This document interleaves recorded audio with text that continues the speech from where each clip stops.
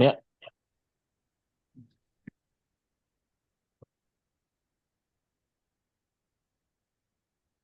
Miriam mau Aset baca? nomor 6. Jangan kok, aku lagi batuk. Oke, Nanti terganggu. oke. Siapa mau baca? Siapa nih? Bangnya mau baca tak? Bab 10 ya? Eh, bab 13. 13 atau 14? Jadi sebentar, makanya lagi lupa. 14. 14. Aset nomor 6. Udah 19.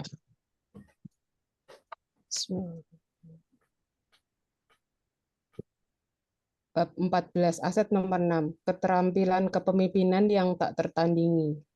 Saat pertama kali meriset dunia pemasaran jaringan, saya menghadiri banyak sekali pertemuan dan acara saat lusinan orang berbicara di depan ruangan dalam upaya menginspirasi orang lain untuk menemukan kehebatan mereka sendiri. Saat menyimak orang-orang itu berbagi cerita tentang perjalanan mereka memulai usaha dengan tangan kosong dan akhirnya menjadi kaya di luar impian terliar mereka. Saya sadar bahwa apa yang diajarkan oleh bisnis ini kepada orang-orang itu persis seperti apa yang ayah kaya katakan kepada saya. Bisnis ini bukan sekedar mengajari mereka prinsip-prinsip berbisnis. Bisnis ini membentuk mereka menjadi pemimpin. Meskipun sepertinya bicara tentang uang, sebenarnya orang-orang ini sedang menginspirasi orang lain untuk keluar dari cangkang, mengantisipasi ketakutan, dan mengejar impian mereka. Untuk melakukan hal itu, para pembicara, Kepemimpinan dibutuhkan karena meski banyak orang mengulang kata-kata dan frasa yang sama tentang impian, lebih banyak waktu bersama keluarga dan kebebasan, hanya sedikit orang yang mampu cukup menggugah rasa percaya dan menginspirasi untuk membuat orang lain mengikuti kata-kata serta frasa itu. Masalah bukanlah soal mengingat dan mengulang kata yang tepat, yang dibutuhkan adalah mengembangkan kemampuan untuk berbicara langsung ke jiwa orang lain. Itulah kualitas yang tidak bisa dilukiskan dengan kata-kata. Itulah kepemimpinan sejati. Kepemimpinan adalah kekuatan menyatukan semuanya. Kepemimpinanlah yang membangun bisnis hebat. Anda mungkin mengira keterampilan kepemimpinan sebaiknya dimasukkan sebagai bagian aset nomor 1, pendidikan bisnis di dunia nyata, atau aset nomor 2, jalur pengembangan pribadi yang menguntungkan. Itu masuk akal dan memang bisa cocok di keduanya. Akan tetapi, sebenarnya memiliki kemampuan pemimpin adalah seperangkat keterampilan yang sangat bernilai kuat dan langka, sehingga sebenarnya kemampuan seperti itu dengan sendirinya adalah aset, serta layak dibahas di bab tersendiri. Semua keterampilan bisnis yang lain adalah bahan baku penting. Kepemimpinan adalah kekuatan yang menyatukan semuanya. Kepemimpinanlah yang membangun bisnis hebat. Bicara langsung ke jiwa. Saya tumbuh pada tahun 50 dan 60-an, dan John F. Kennedy adalah salah seorang orator terhebat yang pernah saya dengar. Pada Mei 1961, saat dia berkata bahwa Amerika akan mengirim manusia ke bulan dalam waktu 10 tahun ke depan. Para ilmuwan benar-benar tidak tahu cara mewujudkan hal itu. Visi itu bukan sekedar ambisius, tetapi juga tidak masuk akal. Nyatanya Amerika memang berhasil, walaupun JFK terbunuh kurang dari 3 tahun kemudian, menyisakan 3/4 dekade itu belum dijalani. Kepemimpinannya sangat menggugah dan begitu kuat sehingga visi itu tetap hidup setelah kematiannya. Di luar pembunuhan yang dialaminya, bencana Vietnam, kerusuhan dan perpecahan yang dialami Amerika, serta suksesi kepemimpinan dari Wakil Presiden JFK ke mantan rival Richard Nixon pada tahun 1968, apa yang telah dilakukan oleh Amerika mengirim manusia ke bulan pada tahun 1969, tepat sekali, dalam waktu 10 tahun. Itulah kepemimpinan, kekuatan untuk mewujudkan sesuatu lewat kekuatan dahsyat dari visi yang Anda bagi.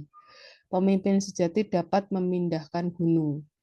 Di Vietnam, saya mendapati bahwa pemimpin hebat bukanlah orang yang berteriak dan membentak atau suka menyiksa secara fisik. Di tengah panasnya pertempuran, saya mendapati bahwa pemimpin yang hebat dan gagah berani seringkali pendiam. Tetapi begitu berbicara, langsung menyasar ke batin dan jiwa kami. Uang tidak datang ke bisnis yang memiliki produk atau layanan terbaik. Uang datang ke bisnis yang memiliki pemimpin terbaik. Semua pemimpin besar adalah pendongeng hebat yang mampu mengomunikasikan visi sedemikian rupa sehingga orang lain juga melihatnya. Lihatlah Bunda Teresa dan Gandhi. Mereka semua pemimpin besar yang artinya juga pendongeng hebat. Uang tidak datang ke bisnis yang memiliki produk atau layanan terbaik. Uang datang ke bisnis yang memiliki pemimpin terbaik. Bisnis yang lupa cara menyampaikan kisahnya sendiri akan segera terdepak keluar dari bisnis. Meskipun masih punya bertonton stok, ketika saya menemukan bisnis yang keuangannya terkatung-katung, seringkali itu karena si pemimpin bisnis tidak bisa mengkomunikasikan visi perusahaan. Dia tidak bisa mendongeng, mereka mungkin cerdas, tetapi bukan komunikator yang baik. Keterampilan kepemimpinan yang perlu Anda kembangkan untuk kuadran B sangat berbeda dari keterampilan manajemen yang umumnya paling dibutuhkan di kuadran E dan S. Jangan salah paham, keterampilan manajemen itu penting, tetapi ada perbedaan besar antara keterampilan manajemen dan keterampilan kepemimpinan. Manajer tidak selalu bisa menjadi pemimpin dan pemimpin tidak selalu bisa menjadi manajer. Saya bertemu banyak orang di kuadran S, spesialis atau pemilik usaha kecil yang ingin melebarkan bisnis tapi tidak bisa melakukannya karena satu penyebab, mereka tidak punya keterampilan kepemimpinan. Tak seorang pun ingin mengikuti mereka. Karyawan-karyawan tidak mempercayai mereka, juga tidak terinspirasi oleh mereka. Saya sering bertemu manajer media yang gagal mendaki tangga perusahaan karena tidak bisa berkomunikasi dengan orang lain. Dunia ini penuh manusia kesepian yang sepertinya tidak bisa menemukan laki-laki atau perempuan idaman. Semata-mata tidak bisa mengomunikasikan sisi positif mereka. Komunikasi memengaruhi setiap aspek kehidupan dan merupakan keterampilan nomor 1 yang diajarkan pemasaran jaringan. Para pemimpin pemasaran jaringan sering menggambarkan diri mereka sebagai pendongeng bergaji tinggi. Bahkan mereka adalah pendongeng bergaji paling tinggi. Dan ada penjelasan sederhana untuk hal itu. Mereka adalah pendongeng terhebat. Saat menghadiri pelatihan bisnis pemasaran jaringan, saya bertemu para pemilik bisnis paling sukses sedunia yang memulai bisnis dari nol. Mereka merupakan guru-guru yang hebat karena mengajar dari pengalaman dan bukan dari teori. Mereka mengikuti berbagai seminar bisnis. Saya sering tanpa sadar mengangguk-angguk menyetujui apa yang mereka sampaikan dengan lugas tentang apa yang diperlukan untuk bertahan di dunia bisnis nyata. Setelah seminar, saya sering berbicara dengan para instruktur itu. Saya terkesan dengan banyaknya uang yang mereka hasilkan, bukan hanya dari bisnis, tetapi juga dari investasi mereka. Beberapa di antara mereka berpenghasilan lebih tinggi daripada para CEO perusahaan top Amerika. Akan tetapi, ada sesuatu dalam diri instruktur-instruktur itu yang membuat saya jauh lebih terkesan. Meskipun saya dan pastinya tidak harus memimpin acara-acara itu, mereka sangat bergairah mengajar serta membantu orang lain.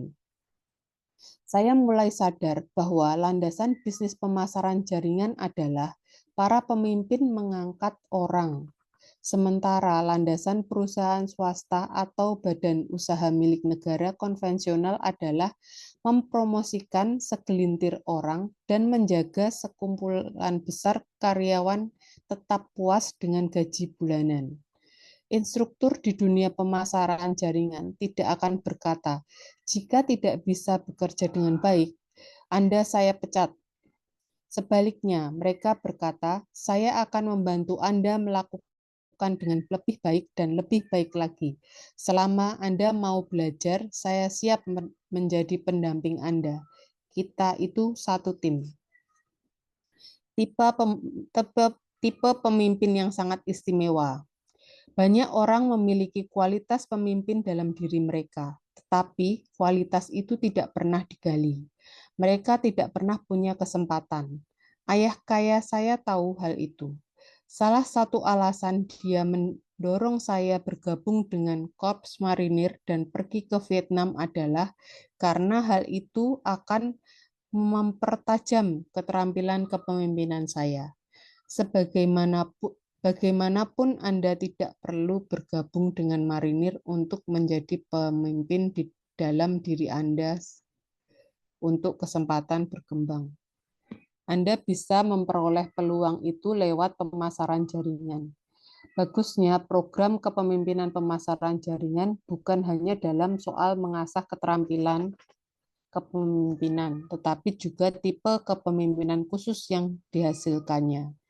Pemasaran jaringan cenderung menghasilkan tipe kepemimpinan yang memengaruhi orang lain dengan menjadi guru yang hebat, yakni mengajari orang lain cara mewujudkan impian hidup mereka dengan mengejar impian mereka. Dunia militer mengembangkan tipe kepemimpinan yang menginspirasi pemuda dan pemudi untuk membela negara mereka. Dunia bisnis mengembangkan tipe pemimpin yang membangun tim untuk mengalahkan pesaing. Pemasaran jaringan cenderung menghasilkan tipe kepemimpinan yang memengaruhi orang lain dengan menjadi guru yang hebat, yakni mengajari orang lain cara mewujudkan impian hidup mereka dengan mengejar impian mereka. Alih-alih mengalahkan musuh atau pesaing, sebagian besar pemimpin pemasaran jaringan cukup menginspirasi dan mengajari orang lain mencari imbalan keuangan yang ditawarkan dunia tanpa merugikan orang lain. Peluang untuk mengembangkan kemampuan sebagai pemimpin adalah nilai intrinsik yang hanya ditemukan pada pemasaran jaringan. Tentu saja Anda bisa belajar menjadi pemimpin di bidang lain, dari angkatan bersenjata sampai pemerintahan, sampai dunia perusahaan. Tiap lingkup kehidupan menghasilkan pemimpin, tetapi tidak banyak. Pemimpin sejati sangatlah langka, kecuali dalam pemasaran jaringan. John punya sudut pandang yang menarik tentang hal itu. John, pemasaran jaringan itu istimewa karena mengawinkan struktur kompensasi yang luas dengan sekumpulan orang yang 100% adalah relawan.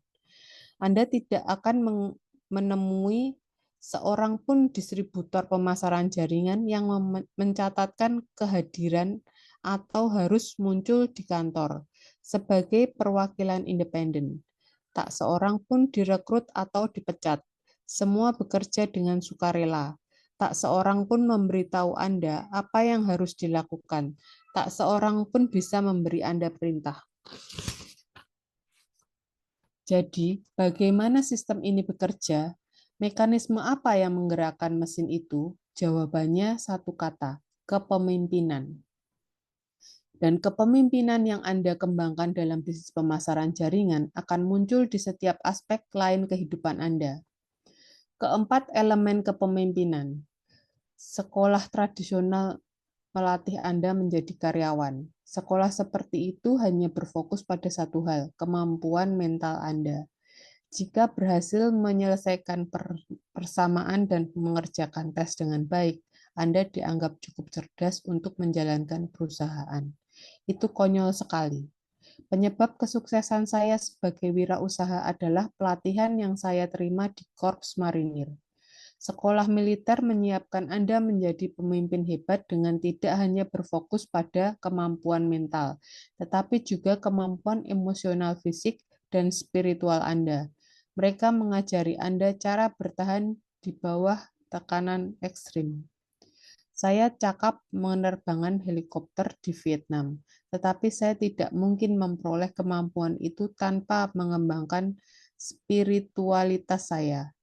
Kalau spiritualitas saya tidak kuat, saya takut emosi pasti mendominasi dan kemungkinan besar saya kikuk fisik mengendalikan helikopter tempur.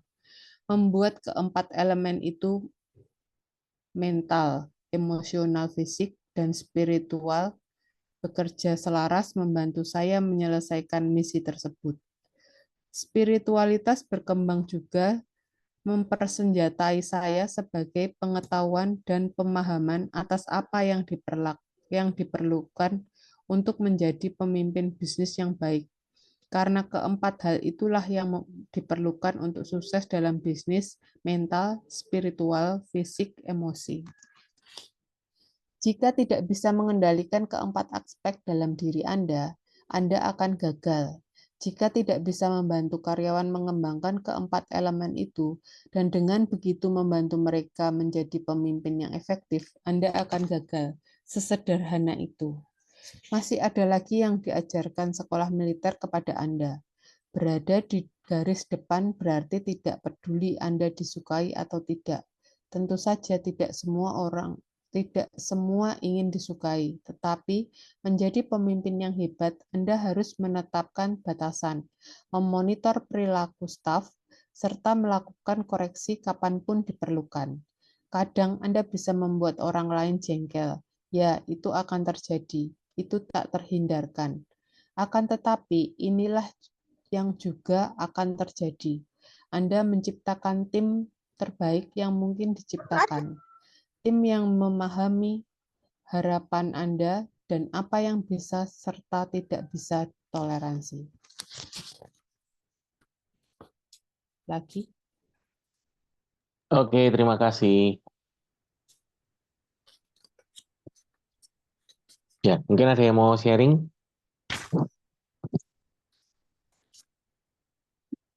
Ini ada sesuatu.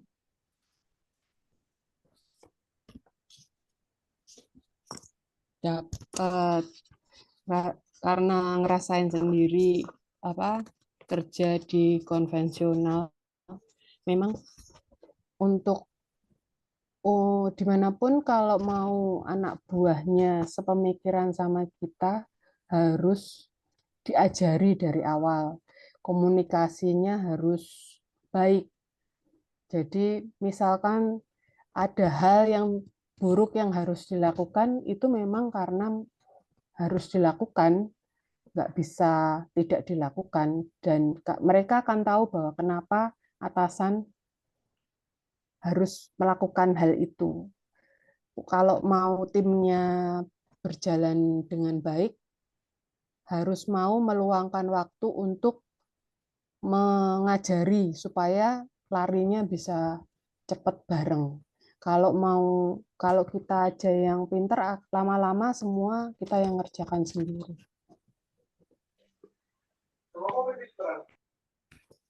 Itu sih selama ini yang tak rasakan. Bentar.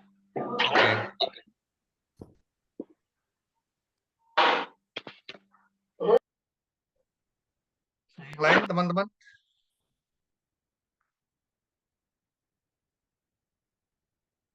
Oh itu Juliana ini siapa nih? Akyang ya? Yang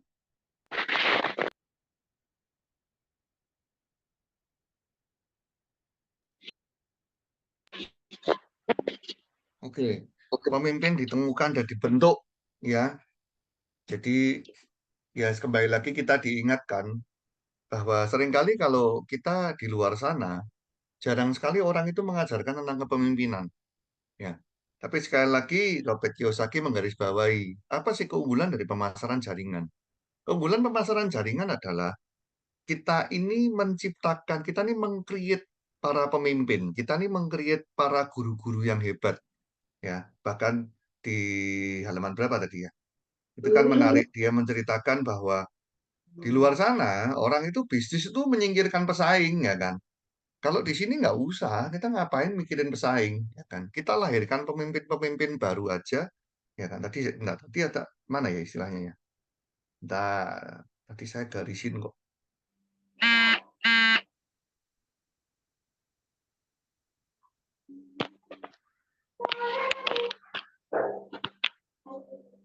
Dan aku tolong di co-host, Han. Belum tak? Oh, kamu pindah ya?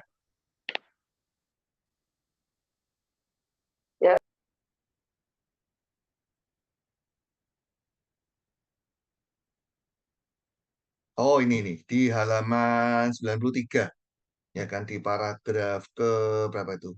2 atau 3 itu ya. Alih-alih mengalahkan musuh atau pesaing, sebagian besar pemimpin pemasaran jaringan cukup menginspirasi dan mengajari orang lain mencari imbalan keuangan yang ditawarkan dunia tanpa merugikan orang lain. Ya, intinya bahwa ya karena memang potensi bisnis ini sangat besar sekali, ya.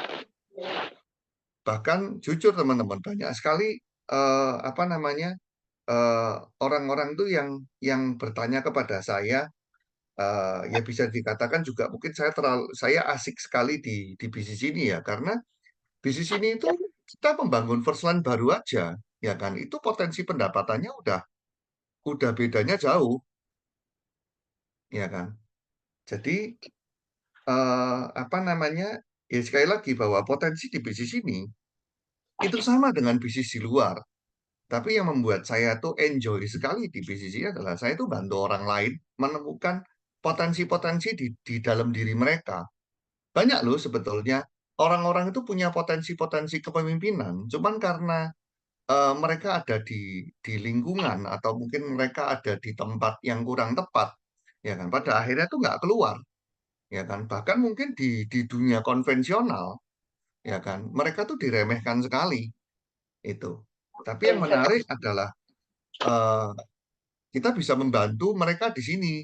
Bahkan saya juga nggak perlu takut, ya. Bahkan pada waktu mereka mungkin tumbuh menjadi orang yang lebih besar, kita pun nggak ada masalah. Jadi aman di sini itu. Jadi enak kita nih bisa berbagi, ya, dan sangat menyenangkan teman-teman. Saya tahu banyak dari Anda di sini masih baru, tapi saya cuma sharing aja teman-teman. Saya tahu mewujudkan impian sendiri itu memang memang menyenangkan pada waktu impian kita terwujud, ya. Tapi itu tahap awal ya, tahap awal adalah mewujudkan impian sendiri, ya kan. Nah, tapi setelah itu cobalah membantu mewujudkan impian rekan kerja Anda. Itu jauh lebih enak, ya. Jadi apa ya, kalau boleh saya gambarkan tuh gini, ini di sini sebagian kan juga Anda sudah punya anak kan. Anda pernah membayangkan nggak pada waktu anak Anda juara, ya kan? Seringkali kalau dipikir-pikir itu, yang berusaha itu kan anaknya, betul ya? Yang deg-degan anaknya, yang kerja keras anaknya, ya kan? Tapi lucunya pada waktu ngangkat piala, yang nangis orang tua aja, ya kan? Tapi di dalam kehidupan kita, teman-teman, jadi kalau misalnya nih, anak Anda dua, ya kan? Ya Anda cuma punya dua kesempatan, ya kan? Ya dua anak itu kan. Nah, yang menarik di bisnis pemasaran jaringan ini, saya ini udah ratusan kali nangis kali ya, ngelihat rekan saya berhasil, ya kan, ngelihat mereka akhirnya bisa ke luar negeri, ya kan, itu happy-nya tuh, ya itu gambarannya seperti itu. Pernahkah Anda melihat anak Anda ya ngangkat piala dan Anda nangis, ya itu, ya. Jadi itu salah salah satu yang menurut saya sangat-sangat menarik di bisnis pemasaran jaringan. Dan sekali lagi, uangnya tetap dapat, ya kan? Tapi itunya juga dapat. Ya, sekali lagi bahwa ini adalah belajar tentang kepemimpinan, ya. Kan Robert Kiyosaki juga mengingatkan keempat elemen kepemimpinan, ya kan? Banyak orang punya skill, banyak orang punya pengetahuan, itu pun masih belum membawa mereka pada keberhasilan. Ya, bahkan Robert Kiyosaki menggambarkan pembelajarannya dia keempat elemen leadership itu muncul ya pada waktu dia tugas militer di Vietnam, ya kan, pada waktu problemnya adalah hidup dan mati, ya kan. Kalau itu aja teman-teman, itu mengingatkan saya pertama kali saya belajar mengejar target. Jadi mengejar targetnya itu bukan takut sama atasan. Lucu ya. Mungkin kalau Mbak Mia mungkin ya, atau teman-teman yang pernah kerja sama orang ya, ngejar target itu karena takut sama atasan ya kan. Takut dipecat ya, atau takut disingkirkan. Tapi yang menarik adalah pada waktu saya di bisnis HD, saya belajar bagaimana caranya mengejar impian sendiri. Jadi betul-betul itu ngalamin bahwa hidup saya harus berubah, hidup saya harus berubah, hidup saya harus berubah. Dan tanpa disadari memang akhirnya terbiasa untuk istilahnya hidup dan bekerja di bawah tekanan, ya kan. Tapi tekanannya juga bukan tekanan dari siapa-siapa, ya kan. Tapi sebetulnya untuk diri kita sendiri. Itu pembelajaran yang menurut saya paling paling luar biasa yang saya alami di bisnis HD. Gimana, ada yang mau sharing nggak? Dapat sesuatu?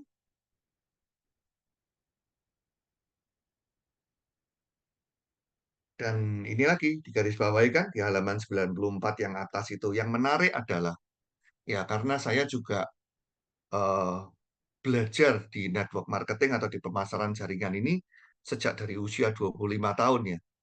Jadi yang menarik, hari ini tuh saya merasa eh, banyak sekali aspek dalam kehidupan saya itu rasanya memang dipengaruhi sangat-sangat banyak dari pembelajaran yang saya dapat, ya kan. Makanya Robert Kiyosaki juga menuliskan, kepemimpinan yang Anda kembangkan dalam bisnis pemasaran jaringan akan muncul di setiap aspek lain kehidupan Anda. Itu yang sangat menarik, ya. Makanya setiap kali saya menghadapi, contoh paling gampang lah ya, menghadapi dalam keluarga, saya selalu belajar untuk berpikir dari sudut pandang ya entah itu istri saya, anak saya, ya kan. Pada waktu berhadapan dari mereka, saya tuh berusaha untuk berpikir dari sudut pandangnya mereka, ya kan. Nah itu yang saya belajar di network marketing, ya kan. Pada waktu kita di dalam tim, ya kan, kita ngelihat kesulitan tim, ya kan. Kita nggak bisa menjadi seorang pemimpin kalau ini saya sambungkan dengan John C. Maxwell, ya kan, seorang pemimpin level 1, ya kan, apa itu pemimpin jabatan, ya kan, saya nggak mau tahu saya ini upline gitu kan, pokoknya saya harus diturutin, kan nggak bisa begitu, ya kan. John C. Maxwell pun mengajarkan seorang pemimpin yang harus terus naik level kan, harus terus bisa membantu, ya kan, memimpin di depan, ya, menginspirasi, ya kan. Setelah itu baru kita bisa produksi, ibaratnya seperti itu. Jadi itu yang tanpa sadari yang saya jalankan. Bahkan sampai bahkan di dalam keluarga saya sendiri, keluarga besar ya. Pada waktu saya menghadapi papa mama saya, kita sama-sama tahu, ya kan. Seringkali ya di angkatan kita ini mulai keluar kalimat apa? Orang tua tuh susah diatur ya. Karepe dhewe, punya maunya sendiri. Ingat, ya kan? Kita belum seusia mereka, ya kan? Lah, kayak quotes-quotes seperti ini teman-teman, itu nggak akan keluar di seorang Johan yang lama. Saya pribadi kalau berpikir ya, andai kata saya tidak bertemu dengan network marketing, saya nggak bisa loh mikir kayak gitu. Ya saya mungkin akan berpikir seperti kebanyakan orang, yang dituntut adalah mau saya, ya kan. Tapi yang menarik pada waktu pendidikan di dalam network marketing ini bekerja di dalam tim, ya kan, ibaratnya kita mempunyai sebuah tim. Kalau dikatakan sama si John, saya nggak tahu tuh, John itu temannya Robert lah ya, adalah seorang relawan, ya kan. Memimpin seorang relawan itu sangat berbeda sekali dengan kita mimpin organisasi profit, ya kan. Bahkan menurut saya teman-teman di network marketing ini saya betul-betul belajar bagaimana caranya memimpin organisasi non-profit, ya kan. Nah, keluarga itu kan organisasi non-profit ya. Kita kan nggak bisa ya memerlukan keluarga kita tuh hitung-hitungan uang ya. Makanya saya bilang saya belajar sangat banyak. Makanya saya menghadapi orang tua saya pun selalu berusaha berpikir dari sudut pandangnya dia. Oh, dia seusia itu ya. Kadang kenapa? Kayak contoh misalnya. eh, Orang tua saya, papa mama saya, ya kan. Saya tuh dulu sempat berpikir, ya kan. Oh, apa namanya? eh, Hari ini tuh transportasi naik Grab itu kan gampang, ya kan. Tapi suatu hari saya mendapati bahwa papa mama saya itu memang tidak secara langsung, ya kan. Tapi dia tuh keberatan untuk apa namanya eh, naik Grab atau apapun. Awalnya saya berpikir mereka hanya kesulitan karena masalah apa HP, ya kan. Tapi di satu titik saya menyadari bahwa ternyata bukan itu. Kenapa? Ya di usia mereka yang hampir 80 tahun, ya kan. Itu sangat nggak nyaman, lebih nyaman ya naik mobil pribadi, ya kan. Nah, itu tuh contoh-contoh yang paling simpel, teman-teman. Leadership non-profit, ya kan. Kita bisa melihat eh, kebutuhan tim, ya kan. Oh, berarti dia kebutuhannya di situ. Oh, saya berarti harus apa. Jadi nggak melulu tuh sudut pandangnya dari sudut pandang saya. Itu adalah salah satu, ya bukan salah satu ya, ada banyak hal pembelajaran yang saya belajar dari network marketing. Ya, jadi bisa diterapkan dalam kehidupan, itu yang sangat menarik. Oh, ini Pak Sasbron. Kejar target, rasa takut pada waktu terkadang dolen konsumen target dan tidak sesuai. Yes, betul. Itu juga saya rasakan, Pak. Saya pertama kali diajarkan untuk masuk ke diamond. Oh, itu takutnya luar biasa, Pak. Lucu ya. Padahal kalau kita diamond itu kan sebetulnya kita happy ya. Bahkan kalau kita bisa Royal Crown itu kan happy ya. Tapi lucunya, untuk kebaikan kita pun seringkali tanpa disadari. eh, Apa ya namanya? Kalau ada teman-teman sering kali bergurau kan gini, banyak orang tuh bukan takut gagal, banyak orang tuh takut sukses. Dan itu betul. Kenapa? Ya itu tadi, karena pada waktu diajarkan habit yang sukses, apa habit-habit keberhasilan, itu malah takut ya kan, terus malah menghindar. Makanya banyak orang tuh bukan takut gagal, tapi takut sukses sebetulnya. Ya, karena saya juga ngalami tuh. Ya, pertama kali belajar tentang apa namanya membuat sebuah habit baru, ya kan, belajar mempunyai pola pikir baru, ya kan. Saya pun dulu menghindar, ya kan. Nah, tahu kan teman-teman kenapa saya itu bisa sabar? Kadang dolen saya menghindar, ya kan. Tahu-tahu menghilang balik lagi. Karena saya dulu juga begitu. Saya memahami ketakutan itu, ya kan. Tapi itu tadi, saya tetap dorong teman-teman, yuk jangan lari dari takut. Kalau mau yuk diskusi, ya kan. Apa sih yang ditakutkan? Ya, karena seringkali teman-teman, banyak pada waktu kita nih eh, harus harus apa ya menghadapi satu hal yang baru, tanpa disadari ketakutan kita tuh justru malah ditaruh di depan, ya kan. Itu yang membuat kita nggak bisa maju, ya kan. Contoh, ya kan. Contoh aja kita ngomong masalah evolve, ya kan. Banyak teman-teman kan, kemarin saya sampai teleponin satu-satu, ya kan. Saya dorong, yuk berangkat evolve, yuk berangkat evolve, ya kan. Bagus loh. Kita tahu bahwa di dalam network marketing kita ini perlu sekali bahwa kita ini berkumpul dan mengumpulkan kayu bakar itu bersama dan untuk kita bakar bersama-sama supaya menghasilkan api yang besar, ya kan. Tapi saya tahu ada banyak hal dalam kehidupan kita, ya kan. Bahkan mungkin beberapa teman-teman mengalami hal yang baru, kadang-kadang mengalami ketakutan, ya kan. Bahkan ada juga beberapa teman-teman kemarin yang saya jumpai, kadang-kadang tuh nggak berani untuk berpikir dia berangkat evolve karena nggak terbiasa keluar kota, ya kan. Jadi tanpa disadari yang terjadi adalah dia menyiapkan 1001 alasan kenapa dia harus tidak berangkat. Itu yang kemarin beberapa saya temui, ya kan. Jadi pada waktu saya tanya, ya kan, Selalu yang keluar itu adalah alasan kenapa saya tidak berangkat, kenapa saya tidak berangkat. Sampai pada waktu itu saya cuman ngajak mereka tuh berpikir gini, coba deh sekarang coba tenang dulu. Coba boleh nggak cari kenapa saya harus berangkat, ya kan? Karena saya percaya kalau kita ini menetapkan sebuah tujuan dan kita fokus pada solusinya, itu pasti akan terjadi. Apapun itu, ya kan? Kalau ditanya lagi, wah, Bapak Aplen kok tahu? Ya karena saya alami, teman-teman. Saya ulang lagi ya sharing saya, ya kan. Pertama kali saya diajarkan untuk berpindah dengan cepat, itu juga tidak gampang. Saya beberapa kali, teman-teman, kemarin saya tuh nostalgia, ya kan. Saya kemarin nostalgia, saya kemarin ya intinya sempat keliling-keliling di Surabaya dan saya mampir ke Terminal Bungurasih, ya kan. Terus di Terminal Bungurasih itu saya banyak nostalgia, teman-teman. Kenapa?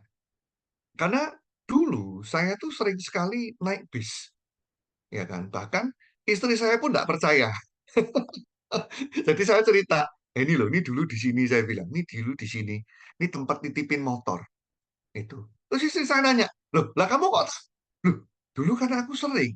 Saya cerita, memang sebelum DAD teman-teman, saya ini bertemu dengan sebuah komunitas, dalam tanda kutip komunitas anak jalanan ya. Jadi itu yang salah satu yang memicu saya berubah untuk pertama kali.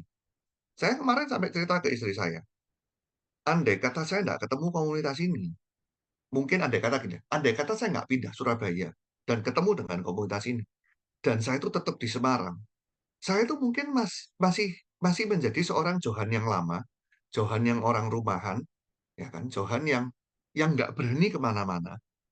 Karena jujur, apa saya nggak pernah ngajarin apa ya, nggak pernah ngajarin sampai seperti itu, ya kan. Bahkan saya tidak nyalahkan papa saya ya. Namanya orang tua seringkali kan khawatir. Kayak contoh, saya itu di Surabaya, teman-teman. Saya itu bisa naik motor tuh sampai keluar kota. Saya tahu sebagian besar teman-teman mungkin itu adalah hal yang biasa. Tapi jujur di keluarga saya itu tidak umum. Jadi saya itu dididik bahwa kalau keluar kota ya naiknya mobil, gitu. Salah, tidak. Masalah keamanan. Ya. Tapi yang menarik pada waktu saya di Surabaya, saya itu ketemu dengan dalam tanda kutip itu, saya menggunakan istilah komunitas anak-anak jalanan gitu. Karena pada waktu itu saya betul-betul didorong untuk ikut banyak kegiatan mereka. Dan saya banyak terjun ke jalan. Makanya saya itu dulu naik bis kemana-mana, bahkan keluar kota naik bis, motornya dititipkan di terminal. Ya kan? Itu betul-betul satu hal yang sebetulnya baru bagi saya. Ya kan? Dan eh, dan itu membuat ya Johan yang hari ini seperti ini. Ya kan? Bahkan saya bisa berpindah-pindah tempat dengan sangat cepat. Ya kan? Kalau di keluarga, kadang-kadang untuk berpindah tempat itu butuh waktu lama, apalagi kalau nginep, ya kan. Bahkan kalau teman-teman tahu ya kan, saya kalau nginep dimanapun tidur ya biasa aja. Gitu. Kadang-kadang, "Loh, ini nggak ada tempat loh, ini cuma sofa." Nggak apa-apa, saya di sofa juga bisa tidur, ya kan. Itu karena apa? Terlatih, teman-teman. Jadi kembali lagi bahwa kadang-kadang kita pada waktu mengalami perubahan-perubahan ya seringkali kita terbelenggu dengan rasa takutnya. Tapi sekali lagi, pada waktu kita ini terus dilatih, ya kan, untuk fokus pada impian dan kita ini selalu mencari solusi, ya, dengan apa yang harus dilakukan, itu sebetulnya sangat-sangat berharga banget, ya. Makanya banyak teman-teman berguru, banyak orang tuh bukan takut gagal, banyak orang tuh sebetulnya takut sukses, ya. Tadi pada waktu diberikan skill, ya kan, life skill, bagaimana untuk bisa memenangkan kehidupan ini, malah seringkali malah takut, ya kan. Tapi sekali lagi, it's okay. Saya pernah mengalami di tahap itu, ya kan. Tapi sekali lagi, bagaimana keinginan kita mau belajar, ya kan, itu akan membuat kita akan terus bertumbuh, ya. Dan ini sekali lagi hebatnya network marketing. Ya, jadi komunitas ini yang membuat kita bertumbuh. Ya, nah itu yang terakhir ya kan di halaman 95 ya kan. Ada lagi yang diajarkan sekolah militer kepada Anda, berada di garis depan berarti tidak peduli Anda suka atau tidak. Itu juga belajar loh teman-teman. Bahwa kita berjalan melihat apa yang betul-betul harus dilakukan. Jadi bukan pondasinya itu suka atau tidak, tapi ini harus dilakukan atau tidak. Itu juga menurut saya adalah sebuah skill yang saya dapatkan di bisnis ID ini. Itu. Pak Ronald, ada tambahan? Atau, sudah 842? Ya, besok kita akan teruskan teman-teman, kita belajar aset nomor 7, ya kan? Mekanisme menciptakan kekayaan sejati. Oke, thank you. Kita tutup dengan doa. Coba teman-teman yang mau bantu untuk tutup doa.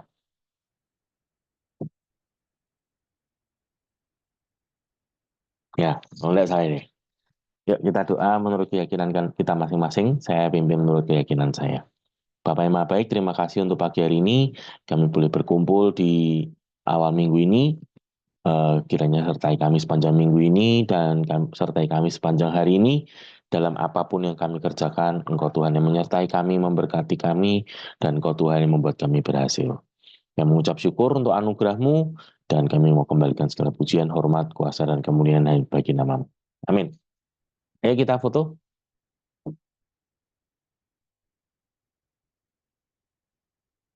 Oke, 1, 2, cekrik. Yes. Oke. Oke, sampai ketemu besok. Buat teman-teman leader ya, nanti malam